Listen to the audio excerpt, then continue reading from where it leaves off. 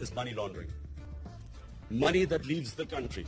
In my opinion, one of the biggest problems the world faces today is money laundering. Money laundering means money leaves poor countries and goes into rich countries.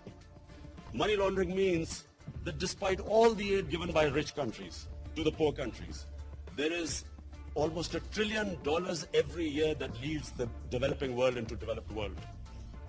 And when money leaves the poor countries, it deprives that country of resources. Corruption is money laundering.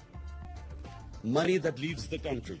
In my opinion, one of the biggest problems the world faces today is money laundering. Money laundering means money leaves poor countries and goes into rich countries. Money laundering means that despite all the aid given by rich countries to the poor countries, there is almost $1 trillion every year that leaves the developing world into developed world. And when money leaves the poor countries, it deprives that country of resources.